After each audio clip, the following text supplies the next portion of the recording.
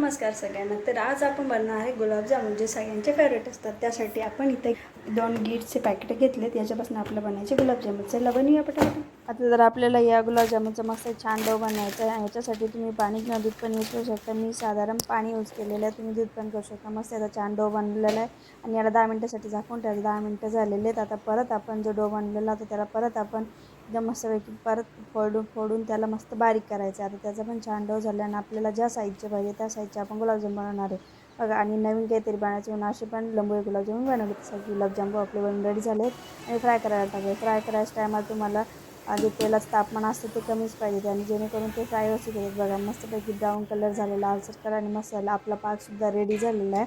आणि आता मी पाकामध्ये टाकून देते. आता आपण टेस्ट करणार.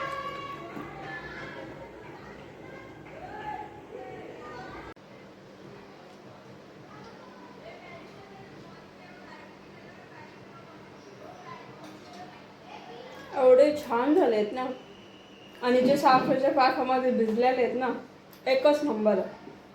तुम्ही सुद्धा ट्राय करा आणि खूप छान बनतात. सो गाईज, तुम्हाला व्हिडिओ आवडला असेल प्लीज लाईक करा, शेअर करा. Bye bye guys.